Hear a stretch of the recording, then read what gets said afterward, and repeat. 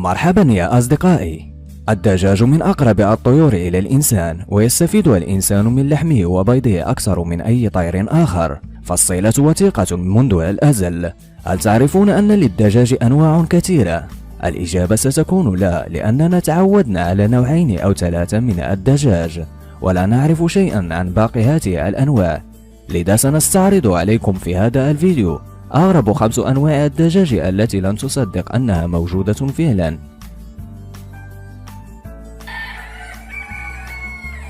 إذا دعونا نبدأ. دجاج سيلكي، وهي سلالة من الدجاج تعيش في الصين، وسميت بهذا الاسم بسبب ريشها المنفوش بشكل شاذ والذي يشبه الحرير. وتتميز هذه السلالة بالصفات الغير العادية، مثل لون اللحم والعظام فهي زرقاء اللون، ولون الوجه والأرجل سوداء، ولها 5 أصابع مما جعلها مميزة.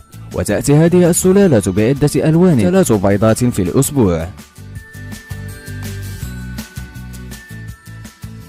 دجاج بوليش، وهي سلالة من الدجاج نشأت في أوروبا، وسميت بهذا الاسم بسبب قمة الريش الكثيفة فوق رأسه.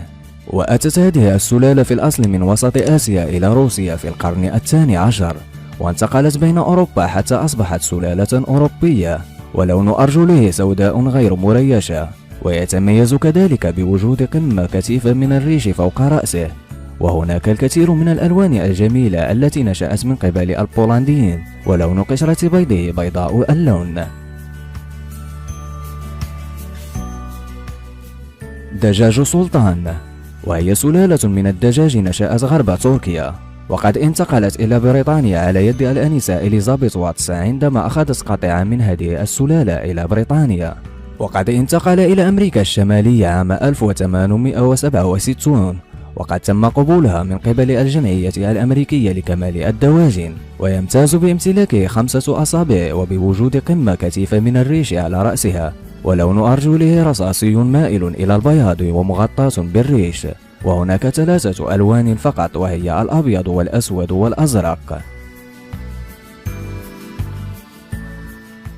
دجاج السيبرايت، يعتبر دجاج السيبرايت من أجمل أنواع الدجاج، سواء في حجمه الصغير وأيضا في ألوانه الرائعة. ويهتم المربيين الألمان والإنجليز بتربية هذا النوع من الدجاج وتحسين مستوياته. وهذا النوع قصير الطول، ولون أرجله سوداء وغير مريشة، وذيله مرتفع نحو الأعلى، والأجنحة متجهة نحو الأسفل، وألوانه الأساسية هي الأحمر والأسود أو الأبيض والأسود.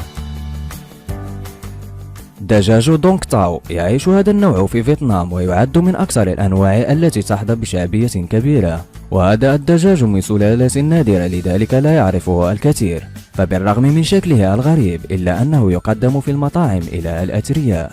ويعتبر اللون الأبيض هو السائد في هذه السلالة النادرة، ولديه أرجل تثير الاشمئزاز. سبحان الله. إذا يا أصدقائي، أتمنى منكم أن تعطونا اقتراحاتكم على هذه الأنواع وشاركوها مع أصدقائكم.